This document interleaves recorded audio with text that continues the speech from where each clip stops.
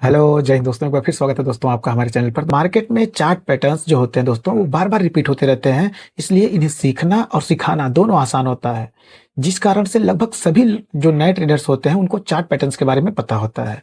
इसी वजह से दोस्तों इन पैटर्न्स के आसपास बिग इंस्टीट्यूशनल जो ट्रेडर्स होते हैं उनके द्वारा रिटेल ट्रेडर्स को फंसाने का सबसे आसान तरीका होता है। इससे बचने के लिए दोस्तों आपको इन चार्ट पैटर्न्स के बनने के पीछे की बायर्स और सेलर्स की साइकोलॉजी को समझना बहुत ज़्यादा जरूरी है, तभी आप इन ट्रैप से बच सकते हैं। इसीलिए आज की वीडियो में हम इन्हीं डबल टॉप पैटर्न्स के पीछे की साइकोलॉजी के बारे में पूरे डिटेल में समझेंगे।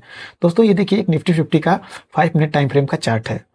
मार्केट ओपन होने के बाद प्राइस थोड़ी देर तक एक रेंज में ट्रेड करने के बाद इस रेंज का ब्रेकआउट करके ऊपर निकल जाती है, लेकिन हायर लेवल्स पर रिजेक्शन फेज करने के कारण प्राइस थोड़ा सा नीचे आती है और कुछ देर तक इसी रेंज में ट्रेड करते हुए एक बार फिर से अपने पिछले स्विंग हाई को ब्रेक करने की कोशिश करती है, मगर फेल हो जाती है, जिससे चार्ट पर लगभग एक जैसे दो स्विंग हाई बन जाते हैं। क्योंकि ये दोनों स्विंग हाई चार्ट के टॉप पर बने हुए हैं, इसलिए इसे हम डबल टॉप चार्ट पैटर्न कहते हैं। दोस्तों यहाँ चार्ट पर इस पॉइंट के पास जो बायर्स ने जो स्ट्रेंथ थी वो कम हो गई है, इसीलिए प्राइस जो इस स्विंग हाई को ब्रेक करने में फेल हो चुका है। चलिए अब ये पैटर्न चार्ट पर क्यों बना है और इसके पीछे की साइकोलॉजी क्या होती है ये ध्यान से समझते हैं। यहाँ पर दोस्तों देखिए ध्यान से, सबसे पहले प्राइस एक रेंज में ट्रेड करने के बाद इस रेंज को ब्रेक करके ऊपर गई हुई है। इस रेंज के ब्रेकआउट पर बहुत से रिटेल ट्रेडर्स मार्केट में लॉन्ग ट्रेड एंट्री कर चुके हैं। इनमें से ज्यादातर के स्टॉप लॉस यहाँ पर नीचे लगे हुए हैं और वो अभी तक हिट नहीं हुए हैं।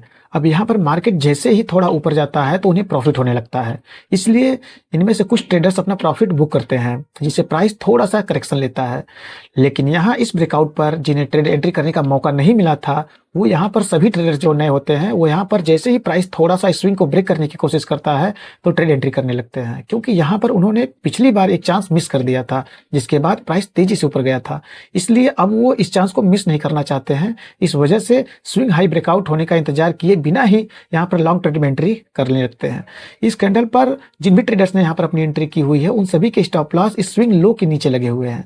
मार्केट अपने पिछले हाई को ब्रेकआउट को किए बिना ही नीचे आने लगता है, इसलिए मार्केट में ये स्विंग लो बायर्स के लिए आखिरी सपोर्ट होता है, जिसे हम डबल टॉप पैटर्न्स में सपोर्ट करते हैं।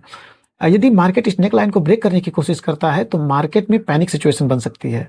थोड़ी देर बाद प्राइस जैसे ही इस नेक लाइन को ब्रेक करने के नीचे निकलती है तो यहाँ लगे सभी स्टॉप लॉस हिट हो जाते हैं और प्राइस तेजी से नीचे की तरफ निकल जाती है।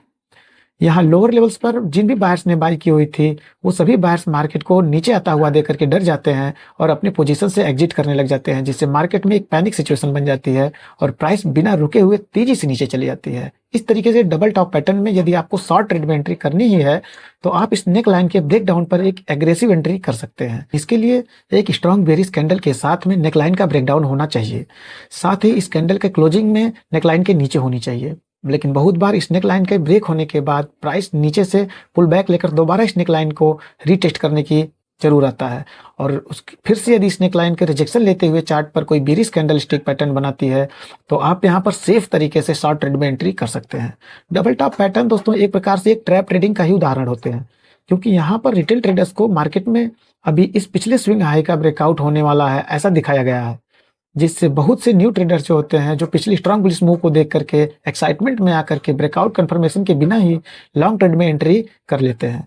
मार्केट को अगर ऊपर बढ़ना होता है तो यहाँ हायर लेवल्स पर सेलर्स के स्टॉप लॉस को हिट करते हुए ऊपर जाना होगा, लेकिन अभी मार्केट ऊपर की तरफ बहुत ही कम संख्या में सेलर्स के स्टॉप लॉस लगे हुए हैं और नीचे की तरफ जो बायर्स के स्टॉप लॉस हैं वो इस लेवल पर बहुत ही दूर हैं।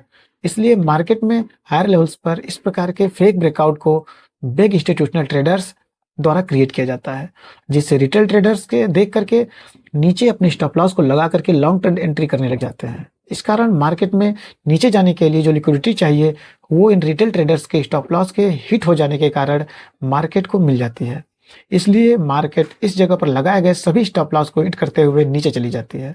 चलिए दोस्तों अब अगला एग्जाम्पल देखते हैं। ये बैंक निफ्टी का दोस्तों 5 मिनट टाइम फ्रेम का चार्ट है। यहाँ मार्केट लोअर लेवल से एक रेंज को ब्रेक करते हुए तेजी से ऊपर आया हुआ है।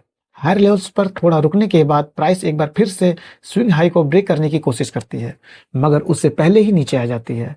इस कारण चार्ट पर एक नेक लाइन के साथ डबल टॉप पैटर्न बन जाता है। अब यहाँ इस पैटर्न को देख करके आप में से बहुत से लोग ऐसे कंफ्यूज हो जाते हैं कि क्योंकि आपने इससे पहले डबल टॉप पैटर्न्स के बारे में जो भी वीडियोस देखे होंगे उन सभी में आपको डबल टॉप पैटर्न में एक जैसे स्विंग हाई जरूर होने चाहिए, ऐसा बताया गया है। ये ठीक बात है, लेकिन जब आप रियल टाइम चार्ट को देखते हैं तो आपको बताया जाता है कि एग्जैक्टली वैसे पैटर्न चार्ट पर नहीं बनते हैं, कभी नहीं। इसलिए चार्ट पैटर्न को खोजने के बजाय उससे बनने के पीछे का क्या कारण है ये देखना ज़्यादा जरूरी हो जाता है।